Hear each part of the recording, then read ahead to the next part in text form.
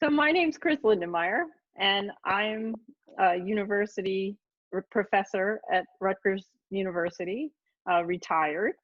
I have been involved with the Society for the History of Children and Youth since its founding, and also worked with the first editorial team to start H Childhood. And I'm Jim Marten. I'm a professor of history at Marquette University. I too have been involved with the society since its beginning as Secretary Treasurer. In fact, we're the only two Secretary Treasurers the society has ever had, I believe. And as president, and Chris is also a former president. What we're doing today is part of a series of videos that we decided would be is an opportune time to do these because it's will be the 20th anniversary of the society next summer in 2021. And so the Origins Project, as we're calling these videos, is an attempt to not create necessarily an archive of the history of the society, but more to create really oral histories of how some individuals among the founders and leaders in later years of the organization see the sort of the legacy of the society. We're going to today, Chris and I will talk about these things, but talk about why there was a need for this organization, how the organization reflected or shaped the field, our personal connections to the field as well as the society. So this is, in a way, the first of a series of conversations with people who were important to the beginning and the ongoing health of the society. And so we have a few questions. You'll notice us referring to questions from time to time. But this is really meant to be a conversation about our personal perceptions and reflections on society. And so I'm going to get Chris started with our first question. What was your connection to the field and to other historians of childhood before the organization was founded in 2001? Well, I think like most historians in this field, I did not come to studying children because I was going to be a historian of childhood. I wrote a dissertation on the U.S. Children's Bureau, at least the first 4 decades of the U.S. Children's Bureau. And while I was doing that work, I increasingly saw myself wanting to know how the policies that in this case were largely devised by women in the US federal government and also women supporters throughout the country, how these policies were actually reflected in children's lives and how it affected children's experiences. So by the time I had published that first book and had a job as an American historian, I was very interested in focusing more on children and youth and their experiences.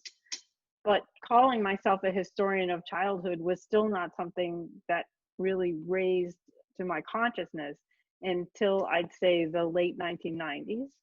And that's when I pulled a group of people together and we started the HNet discussion group called H Childhood. So with Pat Ryan and Shirley Swain, that's really, I think, when we defined the idea. I was also in a lot of contact with Joe Haas and Ray Heiner, who did see themselves as historians of childhood. And I think that that also helped to frame my professional image of the work that I did as well. Well, I you? came out of left field, so to speak. I am still a Civil War historian and had nothing to do with childhood studies at all. My first book was about Texas during the Civil War. And when that got published and I was on the way to getting tenure at Marquette, I was looking for a second book project. And my first idea was to do a social history of Sherman's March, famous event in the Civil War.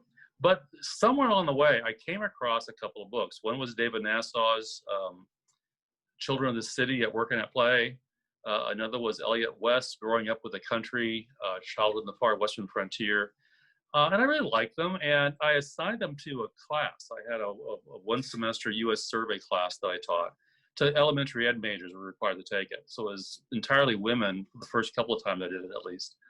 And they read both books and wrote a paper comparing and contrasting these two kinds of childhoods at about roughly the same time period being covered. And they very much liked the books. We had great discussions about it. I'm enough of a baby boomer to like talking about my childhood and my children's childhoods. I think that's why a lot of us got into the field, actually.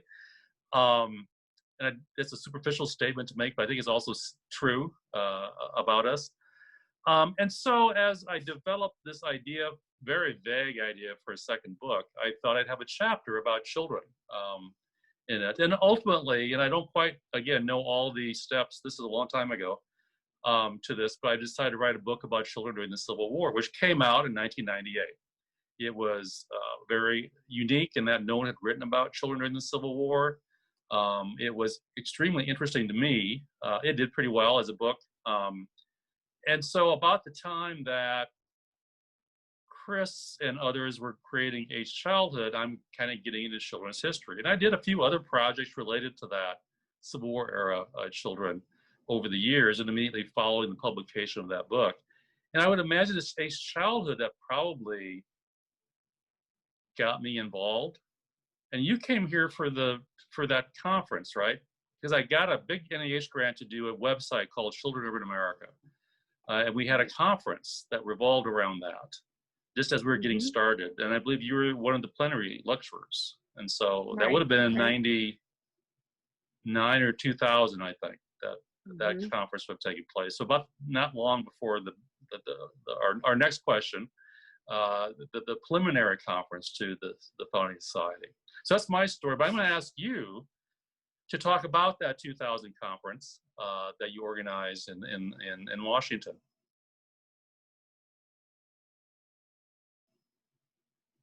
That conference really came together because Joe Haas and Ray Heiner had contacts with the Benton Foundation in Washington, D.C. And the Benton Foundation advocated on behalf of children with the federal government, particularly on issues that they felt were connected to commercialization, advertising, things that the founder had been interested in. And Joe and Ray invited a few of us to get together to try to help the Benton Foundation figure out what they would like to do by knowing the history of childhood and the history of children's experiences integrated into their work. So we were really very privileged to be able to pull this group together early on to talk about the field in a way that I don't think any of us had that experience before. So that was very lucky. Initially, there had even been some talk about trying to have a Ken Burns Civil War style documentary and interest PBS into doing something about that. So that's how large our thinking was. I mean, we were really looking to enhance the field, and with the support of the Benton Foundation, it looked like that was a possibility. Well, the Benton Foundation directions changed it a little bit. The person that we were working with there retired, but we still saw that having that conference in 2000, that there were many historians who did not identify themselves, and also people in other fields, sociology and psychology, education, who were doing the history of childhood, but did not identify themselves that way. They saw themselves as historians of public policy, history of education, family history, commercialization, consumerism, whatever. And that pulling that conference together, everyone began to say, hey, yeah, that's what I do. I study children. I remember meeting you first at a national conference. It was the Organization of American Historians or the American Historical Association meeting, and saying to you, so how did you get into looking at children? And you said, well, I'm a Civil War historian who all of a sudden got a new life and a fresh breath of fresh look at my field. And I think that's what a lot of people got excited about, was that here they had been defined in a kind of a traditional area, and now they had a new perspective that brought new excitement to the areas that they were most interested in studying and teaching about. So that conference with the Benton Foundation, we invited 60 people. who at that Was meeting it then invite discussed those only? ideas. It was an invite That's only what I thought. meeting, and just 2 days. And that really is where the idea of establishing a society, that we had enough interest, enough foundation there that people wanted to be connected by the professionalization, we should call it, I guess, of having a society that would advocate. H-Child had already existed, but that was more loose membership. A professional society could serve as a clearinghouse, an entry point, a advocacy group for people, and also to help younger scholars get legitimacy for work that they were doing in this field.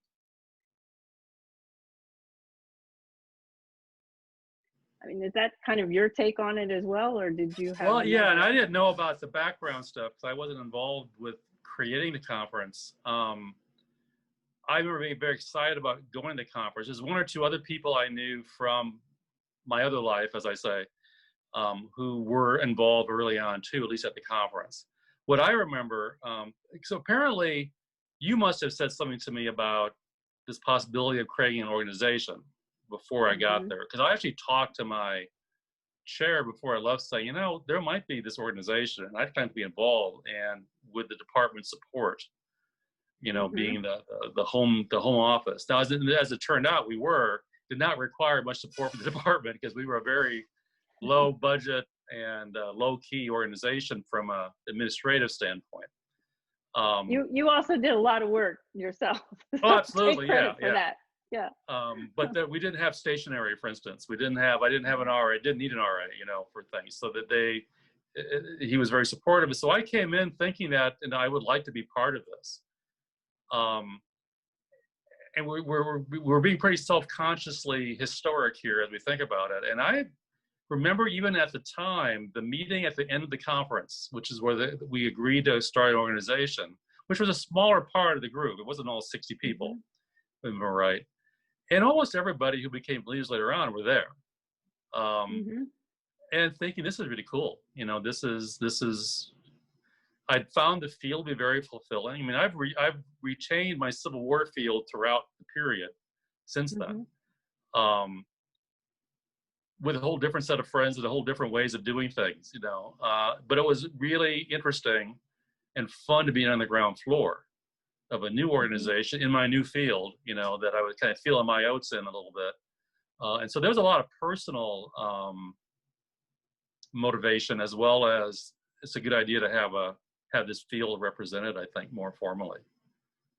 I think one of the things we decided, and that might have been another thing I cleared with my chair now that I think about it, was to have the next conference at Marquette, or the first conference rather. I think we decided that day at the meeting, or I volunteered it at least. Right. You volunteered it, and then we moved on from that, right? Right. We decided to have summer conferences for the society. And so in the coming year, we put together a regular conference. It was about 100 people, I think, maybe 90. We're at the first one. We kind of set a precedent by having dorm rooms available. We wanted to make it a low-cost conference.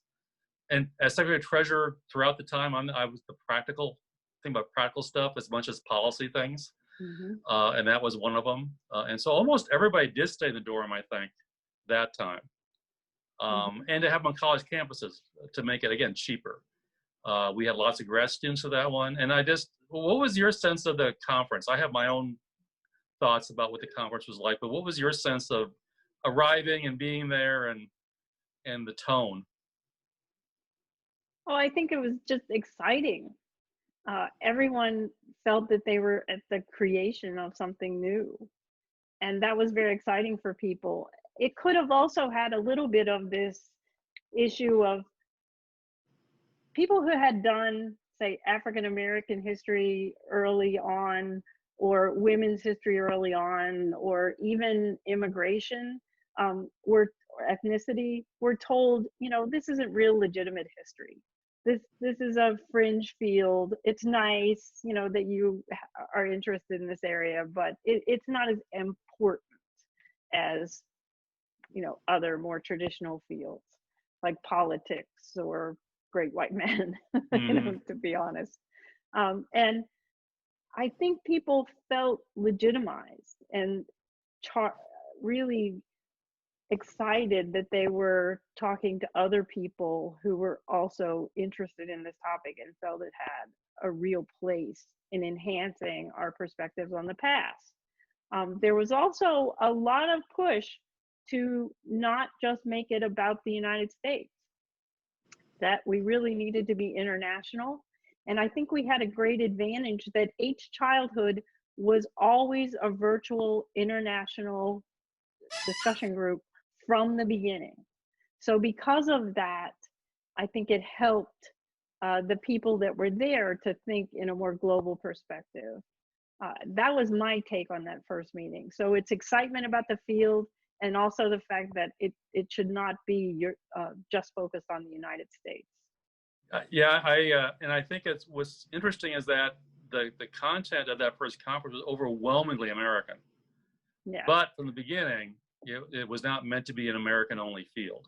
It's been a thread in the society's history throughout, and it started that very first meeting. But I have a couple of images of it.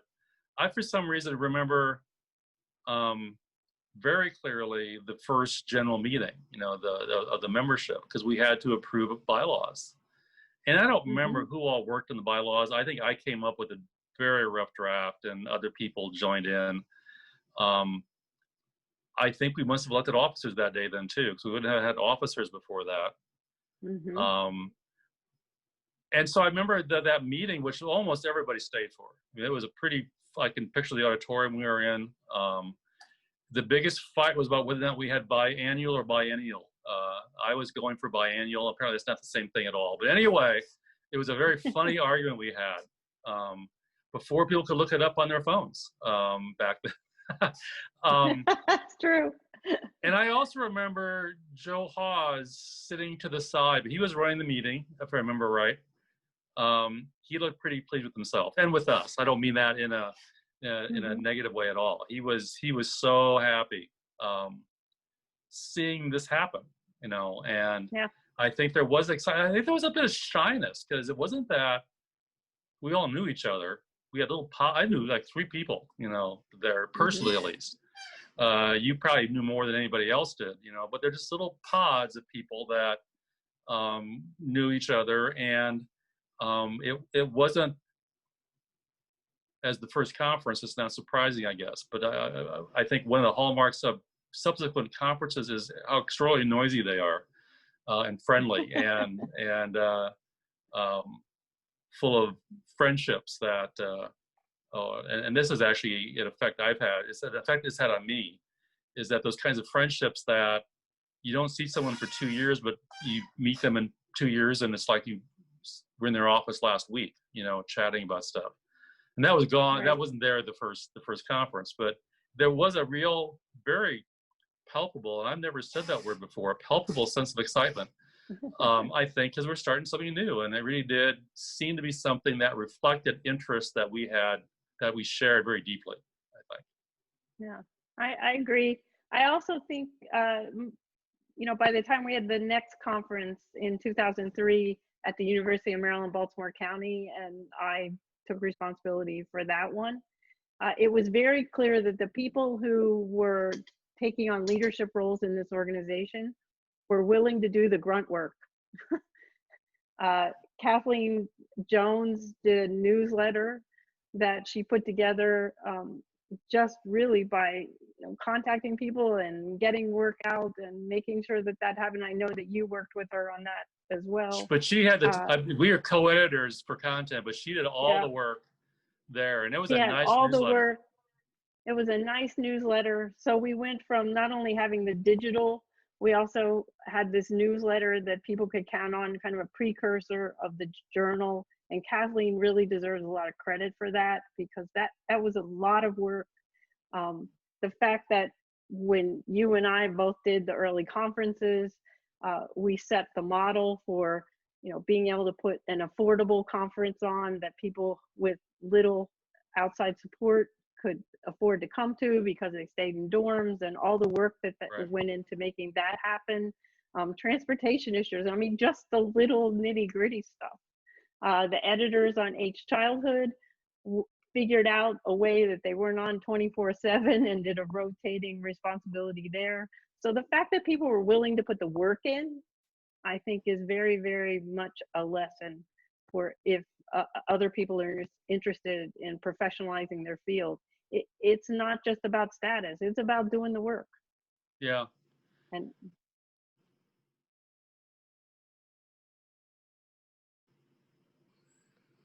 We should talk about why we kind of have touched on this, but one of our questions we set out was about why the founders thought a society was necessary.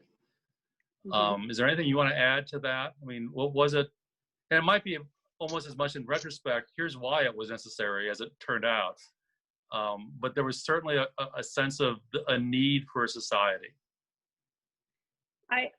We are going to do one of these Origins Project interview sessions with Joe Haas and Ray Heiner, and so I don't want to put words in their mouth, but my recollection of working with them early on is that Joe always felt like his work was something of an outsider, and Ray as well.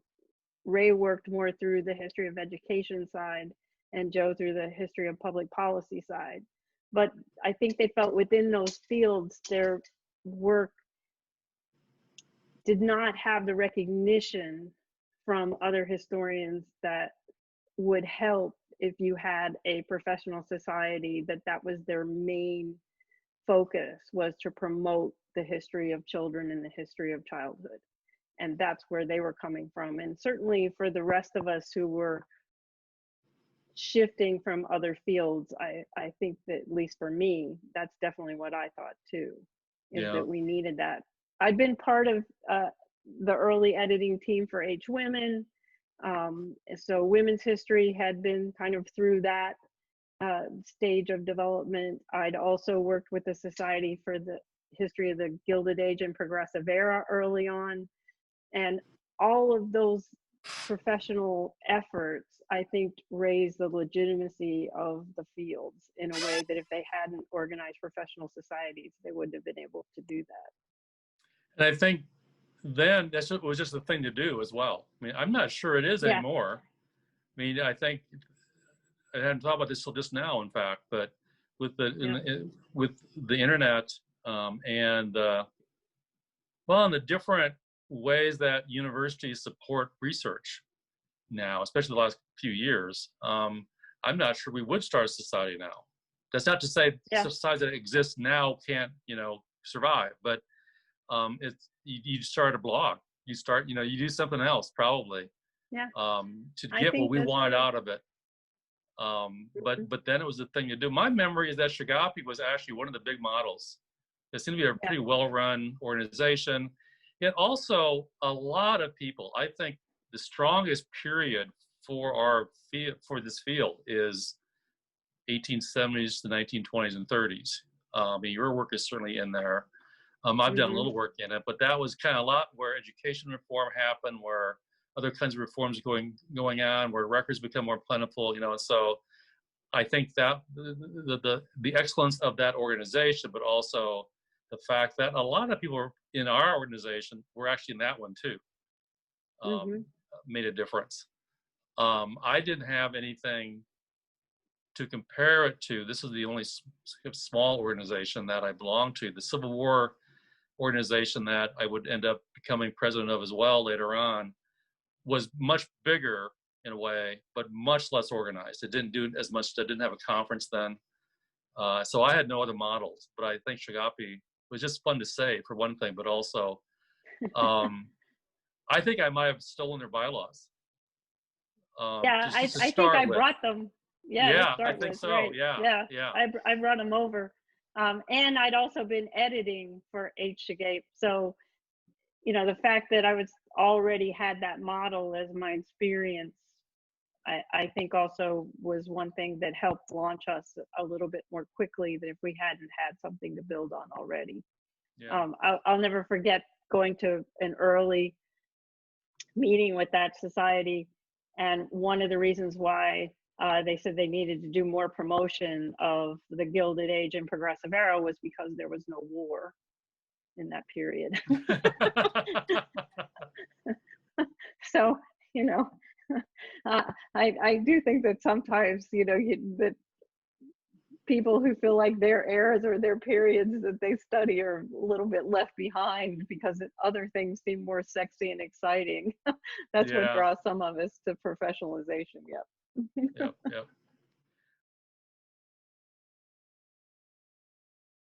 But again, we kind of touched on this already, but I think I'll pose the question and then we can both talk about it.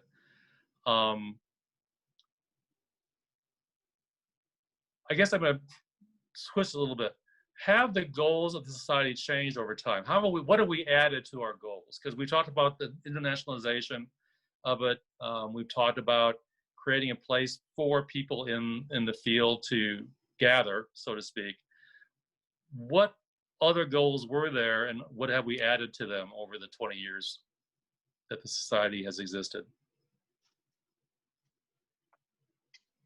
Well, the internationalization has been the #1 priority, but don't you think, and I'd be interested to hear what you think about this since you've mentored more students through PhD programs, but I think part of the society's goal also has been to make a pathway for younger scholars and graduate students who are interested in this field, that they don't get that pushback that their work is fringe or not significant, or that there won't be a job out there for them.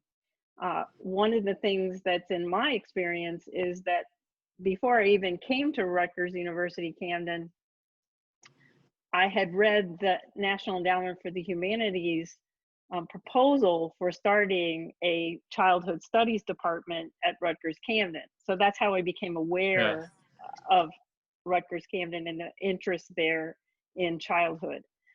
So when I read that, I was very excited. It was after we had established the society, SHCY, not SHCY, I'm sorry, but the Society for the History of Children and Youth. So I was very excited to see that there was a university in the United States that also was interested in this topic, because we knew that there were childhood studies departments overseas in Europe, particularly Bengt Sandin's work in Sweden, but it hadn't really been something, you know, in the United States. So for me, part of the role of the society was to make sure that if childhood studies became important, history was a part of that childhood studies growth. And, you know, that was something that I did not see happening in other history programs throughout the country, or other even interdisciplinary efforts that involve psychology, sociology. They didn't really include history that much. Right. So I was interested in that happening. What's your take on it? Well, I think it became a natural part of our thought process, I think, because so many at all the conference, so many people presenting were young, either grad students or early career people. And so while I think our initial commitment to having kind of low-cost conferences, and the costs have risen, but they're still relatively low cost considering, was because it was a second conference for most people. I mean, again, this is how I thought about it, is that for most of us, you know, we have funding from our university to go to one conference, and you have to kind of pick and choose other ones. And having it in the summer, so it's out of the way of the big conferences, and also on a campus where it's cheaper, made it possible for people to go to that second conference in their year. But as it became obvious that the field was growing without us up to a point, we made sure that grad students had access to it throughout. And that ranges from banking at conferences, relatively inexpensive, to actually having, I don't think we did it the first year. I'm not sure we did it in Maryland when we came out to Baltimore, but certainly by the third year, the third conference, also at Marquette, I think we were providing some kind of small fellowship, like maybe a couple of nights in the dorm, you know, for grad students on the program. And I think we continue to do that for the most part. I've not been involved with the conference planning for a couple of times. And it goes all the way up to fairly early on. I think the first change to our bylaws was to add a grad student to the executive committee, if I'm not mistaken. Right. Um, Exactly. and so that's an extraordinarily important thread, both just out of a sense of justice to the grad students, but also just for the society. The last time I remember having a hands-on part in the programming, and I can't remember which conference it was. It might have been even in Berkeley, that far back. 30%, no, probably Vancouver, 30% of the program are grad students. And I think, and this is not an unimportant thing, it's overwhelmingly women, and so it's a organization that flips, the demography. Certainly of my Civil War, almost exactly flips the Civil War conference that we've come to have. And we actually, I took some of the ideas about supporting grad students over to that organization, actually. Yeah. But the grad student thread is a really important one. Yeah.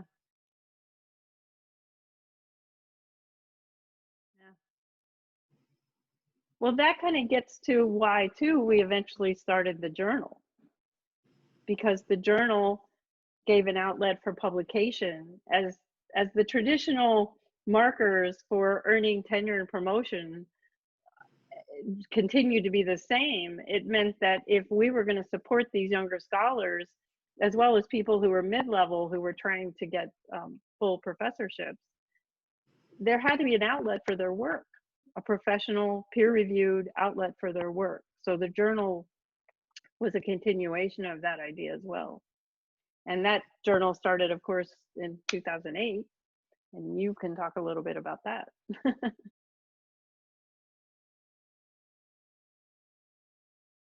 Well, and I think my sense, and you can correct me if I'm wrong about this, I think Joe had that in mind from the beginning. My almost sense of Joe was that the purpose of society was to get a journal going, because that's kind of the traditional way that journals get started. Again, I'm not sure that's true anymore, but it's certainly for many years that was the case. And I remember discussion with the journal started immediately. It was a matter of funding and getting a press. And making sure we had enough members to be able to support publication of a journal. Right. And I'm pretty sure right now, well, pandemic aside even, it's harder to start a journal now than it would have been 20 years or 15 years ago when it got going. But luckily, and we'll have a separate interview with the founding editors, a group of people from Amherst and other colleges had friendly deans and a lot of energy, and they got it going.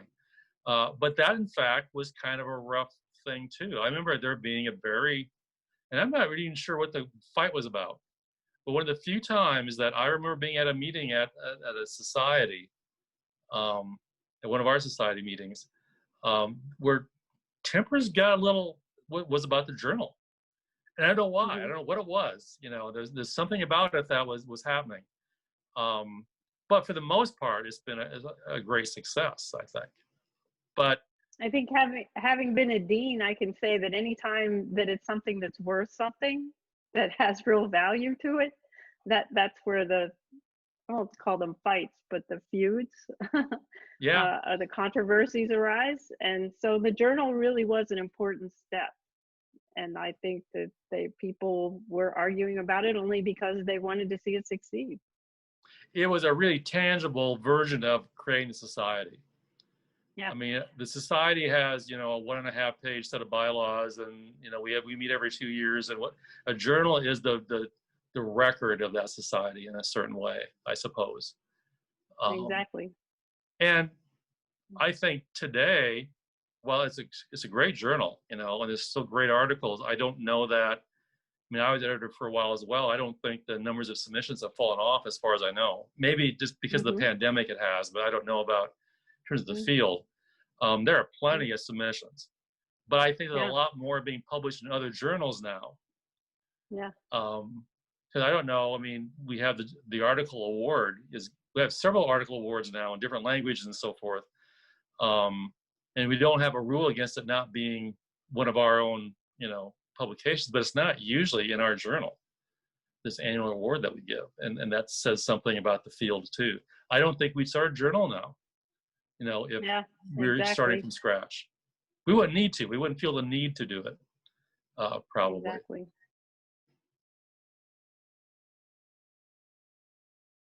Where do you think the future of all this is going?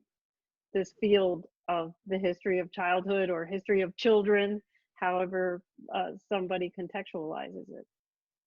Well, it has, there'll always be a field.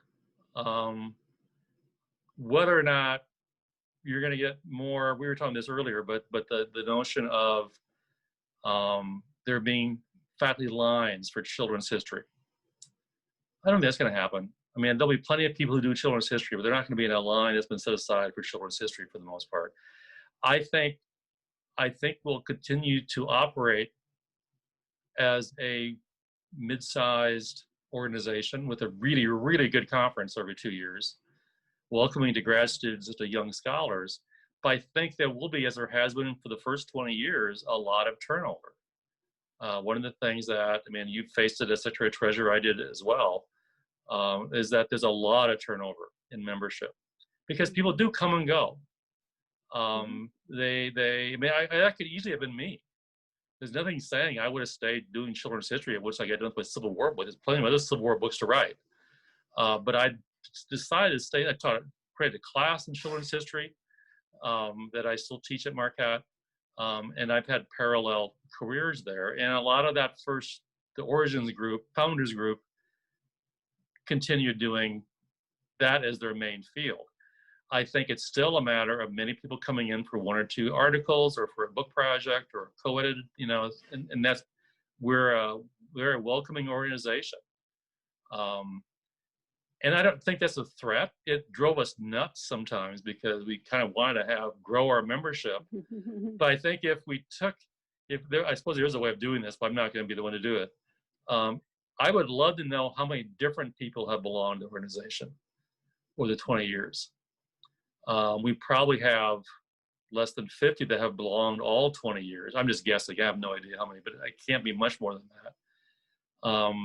And I know, about halfway through this period, I probably did do a little bit of research on continuity, and it was well under 100 people would be a member for years at a time. So I think that'll continue. I think the fields that are represented at the meetings have ebbed and flowed a lot. Children in War was a very big deal for a long time.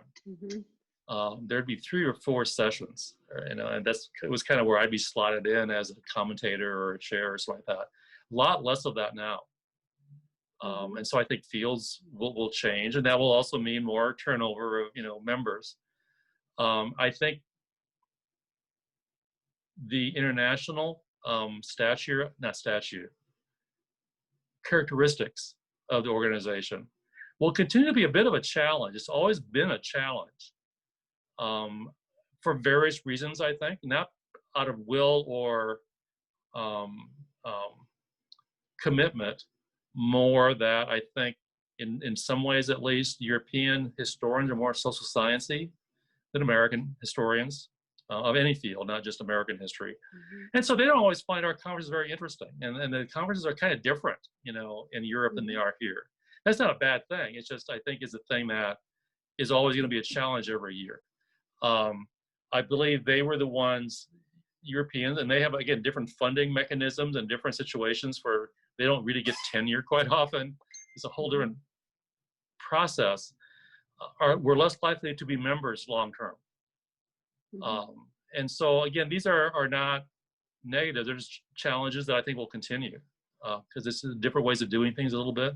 We've had great leadership from Europe. We've had great conferences in Europe. And there are really more avenues, I think, in Europe, in journals, for instance, to publish.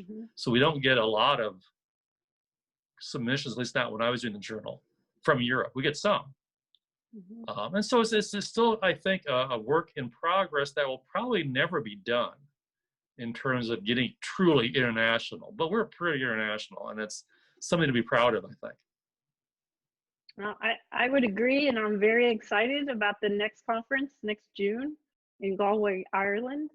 Because of the pandemic, it will be a virtual conference. And I think that there's a lot of opportunity there because it's going to be a virtual conference. People who couldn't participate before because they didn't have the money to attend a conference face to face will now be able to be part of a conference in a virtual level, and it could bring a lot more excitement. So I'm not disappointed about that. I think it offers the opportunity to be even more international and more available to a wide range of scholars than we have even been in the past. As much as we've had a conference in England and in Australia and in Canada and in Sweden, this is again another level of opportunity to expand the society's outreach. I agree. So on that happy note, well, thank you, Chris. Thank you. And I certainly look forward to seeing more of these as part of the Origin Project. So we'll have some more insights from other people who've been such a part of growing this important field. Excellent. Thanks.